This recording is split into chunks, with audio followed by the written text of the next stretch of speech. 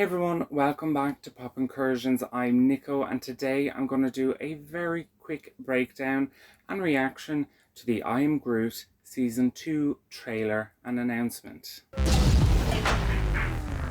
So it was a big surprise that literally maybe 2 hours ago Marvel announced that there will be a Season 2 for I Am Groot and that it's coming on the 6th of September this year.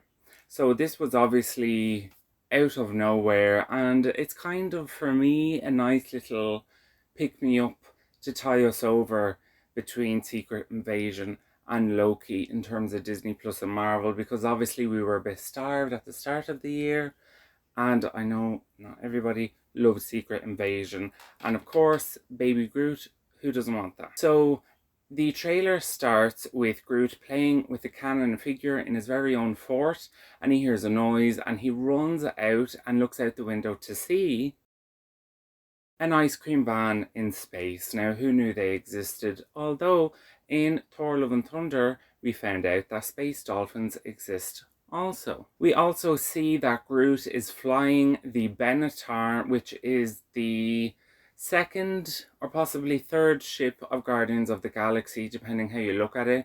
We had the Milano in Guardians of the Galaxy Volume 1, which was destroyed in the Battle of Xandar, rebuilt by the Nova Corps, and then in Guardians 2, it was destroyed again in a crash that Rocket was supposed to fix, but because of Nebula and the Ravagers, that was unable to be repaired. So they got the quadrant from the Ravagers ship, and in between that and Infinity War, they get the Benatar.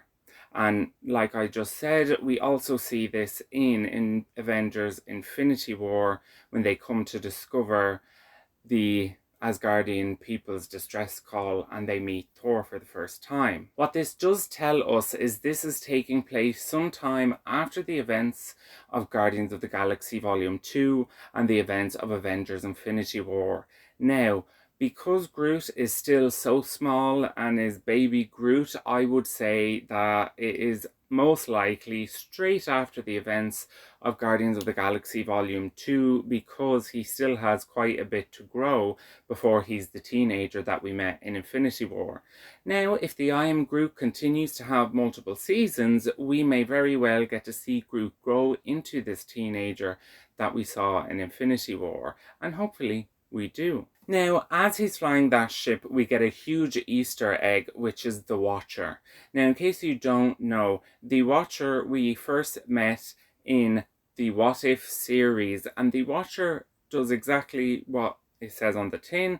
He watches the events of the universe, and he can also see into the multiverse. And in What If, both the comics and the series, the Watcher initially says he swore an oath that he cannot intervene, although by the end he always intervenes, and he is the one who actually put the Guardians of the Multiverse together in episode 9 of What If. Now, for me, this is likely just an Easter egg in the series, because what is a baby Groot going to do to require the attention of the Watcher? But I think this is a bit of a metaphor, because I think that we are going to start seeing the Watcher a lot more, and the Watcher is going to get much more significant in our MCU 616 or 19999, whatever you want to label it as.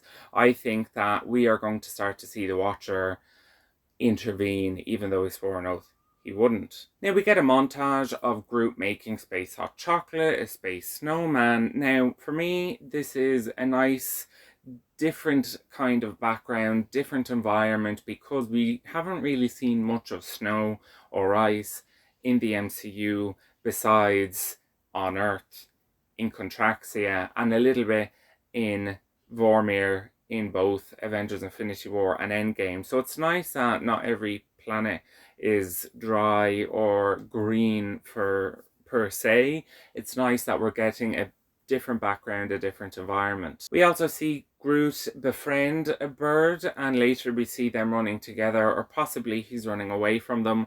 We have seen in the first season of I Am Groot that he likes to interact with other creatures, but it doesn't always end up the best, sometimes for Groot and most of the time for the other creatures. Although it's nice to see these little Easter eggs that may have been in the comics actually come to real life in a sense in the series. Now we learned that we're going to get 5 episodes of these shorts, and then we see Groot with a nose. Now if you look in the box behind him, there is a lot of prosthetics or prosthesis, which we know Rocket likes to collect. In Guardians of the Galaxy Volume 3, we learned that Rocket basically does this as a little homage to his original friends and family, which were Lila, Floor, and Teefs. In this box, we also see that there is Vorker's eye in the box, which confirms the time frame for this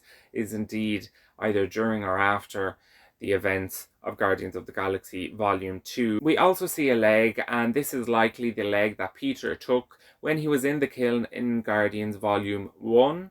And we also see a hand, and this is likely a hand of Nebula's. And then we have some assorted prostheses as well that I can't really make out. Now for the most part, there's nothing shocking or surprising in the trailer for me, except for the appearance of the Watcher, because for me that is a very big deal, and as I said, likely just an Easter egg for this series, but I think it's a nod that the Watcher is going to be much more significant in our MCU world, or universe if you will. So everyone, do let me know in the comments below what you thought of the trailer and what your hopes are for season 2 of I Am Groot, which is coming out on the 6th of September. I'm very happy, and I'm almost even happier that we didn't know it was coming, because it's a nice little pick-me-up and a nice little surprise and gift from Marvel. And of course, I cannot wait to buy more I Am Groot pops. So that's it from me for today. Just a very quick video discussing that. Do let me know in the comments below what you thought. Feel free to give the video a like and make sure you subscribe so you don't miss any future videos. I'm Nico at Pop Incursions. See you next time.